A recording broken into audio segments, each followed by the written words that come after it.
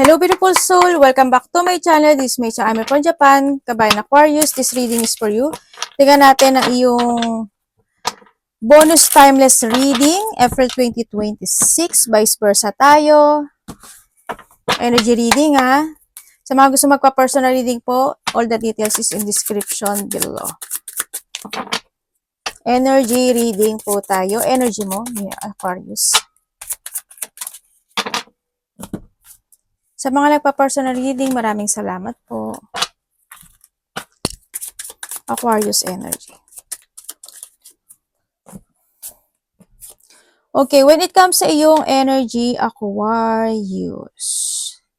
Sa energy mo, okay naman siya. You try to make it balance. Sa nakita ko sa iyo dito, may mga sitwasyon na medyo busy ka ata, no? Kasi may mga bagay ka na ini-evaluate, may mga sitwasyon ka na para may mga multitask o mga multiple priorities ka na ginagawa. This time, Aquarius, na nakikita ko sa iyo dito. Pwedeng may mga nakakausap ka o may mga kinakausap ka. Sa iba naman sa inyo is handoon yung you're enjoying your life, no? This time. Pwede rin na handoon sa point na baka nagsha-shopping ka, may mga pinuputahan ka na ikinasisiya mo, may mga kinakausap ka na ikinasisiya mo, o nandun yung point sa iba naman is may mga bagay ka na binabago, no? Nandun kasi yung transformation. Pwedeng nahandoon sa point na yon. Yun, may mga kasiyahan, or andun yung point of masaya kasi yung nakikita kong energy mo this time. Very independent.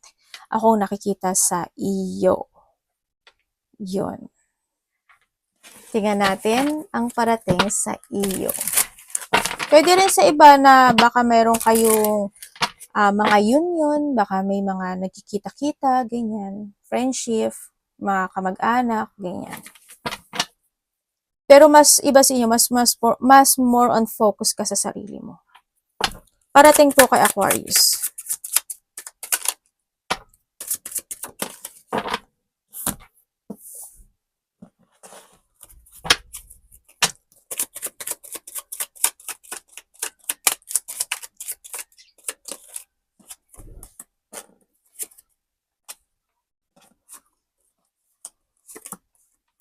Okay.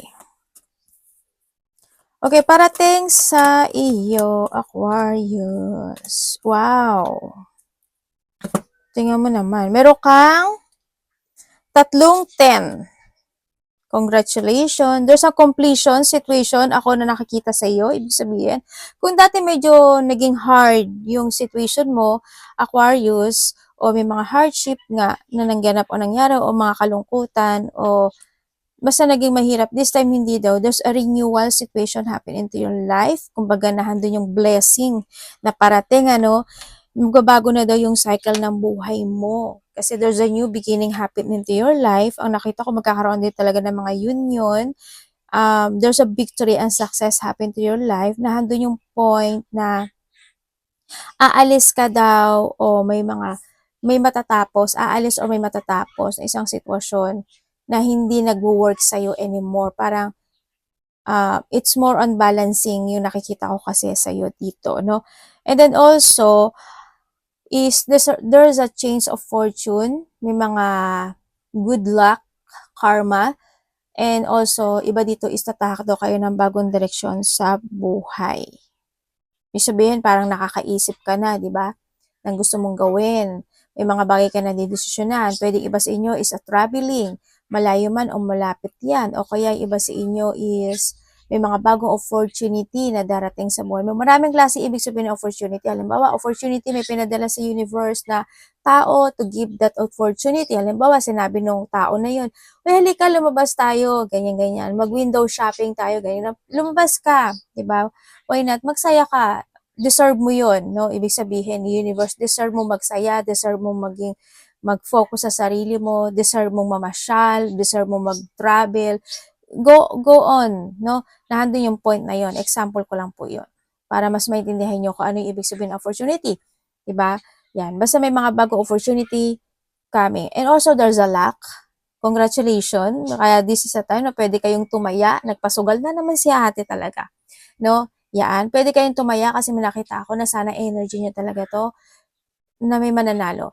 Depende kasi kung saan kayo manalo. Halimbawa, ibinigay ng universe na manalo ka sa gamble. Ibinigay ng universe ka isang Aquarius na, na matanggap niya yung, ma-receive niya yung mga taong nagkakautang sa kanya. Pwedeng ganon. Depende. Halimbawa, pwede rin siya na ipadaan niya sa pamilya mo, di ba? O yung family mo, nagkasakit yung isa doon, and this time, makaka-recover siya.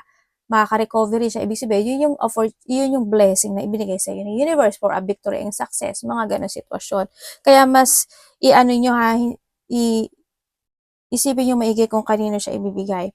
At you need to thankful doon sa sitwasyon. Alam ko naman na palagi ka naman nagte-thankful eh. And then also, ang nakikita ko rin sa iyo dito kasi,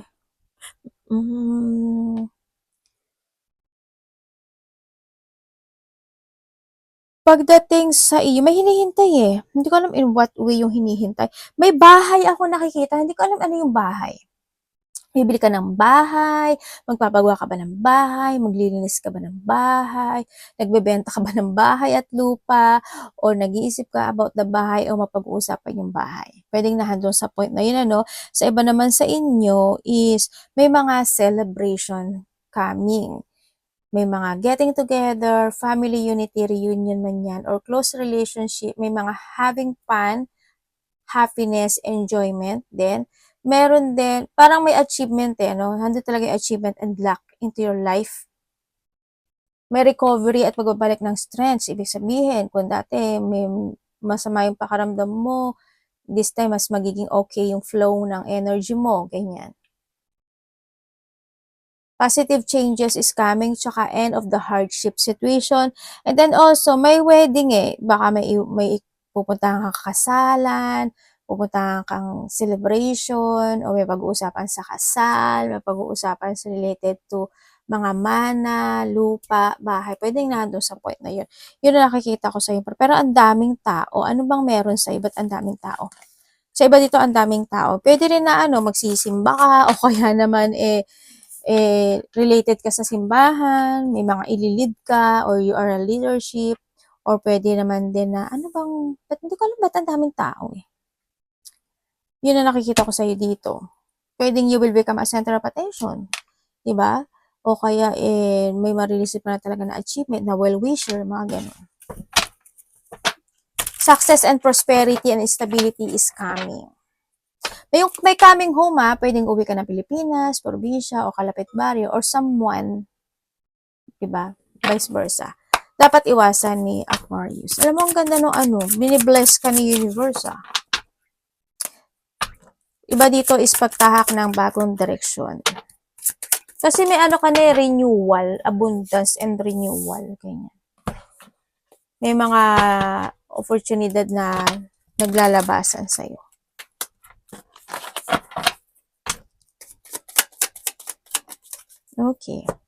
Okay, dapat mong iwasan.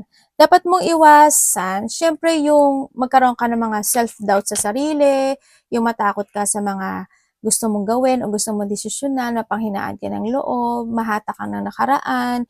Iwasan mo rin syempre yung ma-disconnect ka sa mga gusto mong pagpasyahan sa buhay, o kaya always trust your intuition.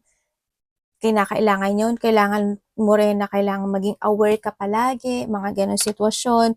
And then also, iwasan mo yung hindi ka magkaroon ng mga acceptance sa mga lesson from the past situation, tsaka be more wiser, tsaka strong. Ang sinasabi dito, whatever holding you back sa nakaraan this is a time to let it go, leaving behind, and you need to move forward. Kasi yung blessing talaga na ibibigay niya sa iyo is mas more than pa sa nawala at natapon o nangyari sa nakaraan. Ibig sabihin, mas more blessing to come sa iyo. Kaya sinasabi niya na kalimutan mo na yun, hayaan mo na yun, kasi malaking blessing ang ibibigay ko sa iyo. Yun ang sinasabi sa iyo dito. Kung may mga bagay na kailangan progress, ganyan. Or may mga bagay na talagang i-leaving behind, gawin mo yun. Baguhin, maghigpit kung kinakailangan. Love. Siyempre, nangati pa ilong ni ate, di ba? Wala namang sabihin natin, nangulangot ka pa. Hindi, nangati lang siya. Kasi kaliligo ko lang eh. O di ba bagong ligo talaga si ate. Tingnan natin ang iyong love. Kapatid, anak, magulang, karelasyon, kaibigan, pamilya. Aquarius, ano ba yun?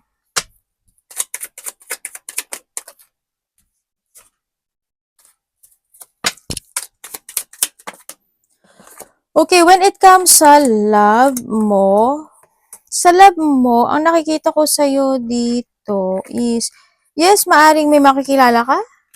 Pwede makikilala mo to, connected ang iyong mga kasama sa trabaho, kakilala, friend, mga ganyan. O may makikilala ka raw.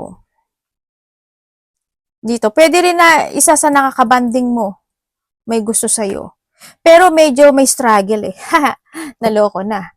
Ibig sabihin, pag may struggle, pwedeng may connection siya or may asawa na siya. Yun yun. Kaya ingat ka lang din. Tapos ikaw pala yun, ano. Okay, kung kayo naman is nagkahiwalay nitong tao na ito. Yes, nagkaroon ng paghihiwalay dito sa sitwasyon nyo. Handa yung point na maaring may nalaman ka rin sa kanya, no? Sa connection or vice versa. Nagkaroon ng pag-aaway, hindi nagkakasundo sa pag-uusap palagi, masyadong napagsisihan yung connection na ito, no? Sa nakita ko ito. Pero alam mo, kasi magkakaroon muli kayo ng connection sa mga nagkahiwalay na to. Magkakaroon muli kayo ng connection. Yung iba dito may third party. Magkakaroon kayo ng connection muli. Kasi isa sa inyo nahahatak pa rin na nakaraan. Parang hindi ito na-resolbahan ng maganda. Alam mo yun? Sa iba sa inyo. Sa mga nagkaroon sa may mga third party na nagkahiwalaya, yun. Kung connection kayo nito, tapos may third party, so may mga third party relationship naman, kasi hindi na rin kayo nagkakasundo eh. Hindi ko lang alam kung bakit naka-hold ka pa dito sa connection. Siguro, kung may anak kayo, yun, siguro, kaya hindi pa nakapagpapalet go, no? Ang bawat isa, ganyan. Or pwede rin naman din na matagal na talaga kayo, kaya hindi kayo makapag-let go sa isa't isa. Pero hindi ko naman sinasabi na maghiwalay kayo. Siyempre, sa inyong decision pa rin yun, di ba? Nandun yung point na yun. Pero ang the best point, mag-focus ka sa sarili mo. Kung alam mo na may third party, mag-focus ka sa sarili mo. Papaganda ka, mag-exercise ka, mag-diet ka, lalaki o babae ka man. Gumawa ka ng mga new things na ikaka-success mo. Ganun. Kaysa sa maglungkot-lungkot ka dyan. Mag-garden ka kung gusto mo, di ba? O kaya mag-bake-bake ka. Yung mga ganun. Kaysa isip ka ng isip, kapag isip ka ng isip, hindi mo naman malusosolusyonan yun kasi magsosolusyon nun yung ng lalaki o ng babae. Diba? Yun. Kasi, kahit sabihin mo, kung hindi naman niya gustong himuwalay, diba? Hindi, mag-focus ka lang sa sarili mo. Kung wala kayong third party relationship na to, may mga issue kayo na hindi pa totally clear sa isa. Pwede nag-uusap kayo in a good term, pero isa sa inyo, yung nararamdaman niya, hindi rin resolba, hindi nare-resolbahin yun. Pero still, is, pwede rin kasi may mga pag-uusap na isa sa inyo mapilit, makulit, masakit magsalita, pwedeng nahando sa point na yun. Pero pagdating naman sa point na wala naman kayong third party, hindi naman yung pagpapahalaga, hindi yung care, no? Yun nga lang, siguro, minsan, natural kasi yung mga rejection situation, ano? Pero kada paano, nagkakaroon naman kayo ng resetting kasi handun palagi yung partnership na nakikita ko sa inyo. Alam mo yung nakikita ko sa inyo dito, parang you're a lover and a friend dito sa sitwasyon. Wag lang talaga na may mga pag-uusap. Siguro, kung kabisado mo na kasi yung karelasyon mo, no? Kasi may mga ayaw yung bawat isa na mapag-usapan. Wag lang din magpumilit. Yun ang nakikita ko dito, no? Yun, may mga time daw na pwede talaga hindi kayo magkaunawaan. Pero masabaan mo pa yung pasensya mo, no? Or may mga time na hindi kayo magkakaintindihan. Hindi mo siya maintindihan or hindi kanya maintindihan. Yun.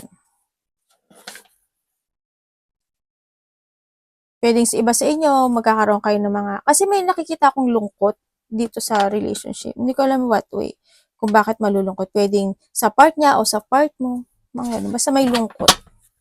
Your money. Pwede may pag-uusapan kayo about kalungkutan o may pag-uusapan kayo na malulungkot ang bawat isa. Or basta may ganun, basta may lungkot tapos ang gulo or magulo or hindi magkakaunawa. Parang may ganun eh. Makinig ang bawat isa na lang, no? Pinaka-the best sa lahat. Huwag yung patapusin magsalita, tapos saka ka lang sumundot ng salita kapag tapos na magsalita yung isa, para hindi rin nagpapatong yung salita. Makaiwas din, di ba? Your money.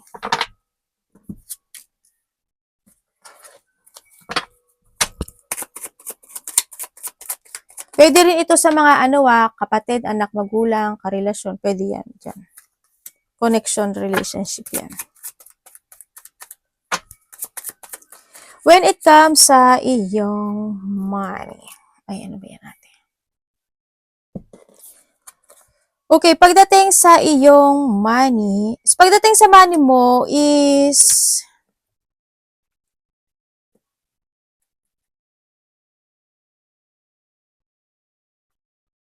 matatag ka na pagdating sa money mo ah. Sa money mo, mas okay ka ngayon. Kasi sabi ko, di ba may luck ka? Dito sa sitwasyon mo rin is nagkakaroon ka na ng mga pagpaplano. Mas nag-aano ka ngayon eh, nag-iisip. Nag-iisip ka naman talaga, actually, no? Na doon lang yung mas ano ka na ngayon, alert. Kumbaga, mas iniisip mo na talaga kung ano yung mga kung tama o mali, na doon ka na sa point. And pinaka the best sa lahat. And there's a victory and success happen to your life. Ang nakita ko, pwedeng may tao na ako-connect sa'yo related to a money. Baka magbabayad siya ng utang or may bibigay siya sa'yo. But there's an achievement. Ako na nakikita sa'yo. And then, handun din yung point na maaring may mga idea ka na trabaho and money kasi to may mga idea ka o may mga bagong proyekto na gagawin or may mga creation ka na gagawin na connected ang pera. Yun ang nakikita ko sa iyo dito. Meron ka daw decision. Parang iba dito may decision making eh. No? Ako nakikita sa iyo pagdating sa iyong kaperahan. May plano at pagdidesisyon. Pwede rin na merong kang sa iba dito kasi di sa past issue. Ibig sabihin kung may mga nangutang, ganyan.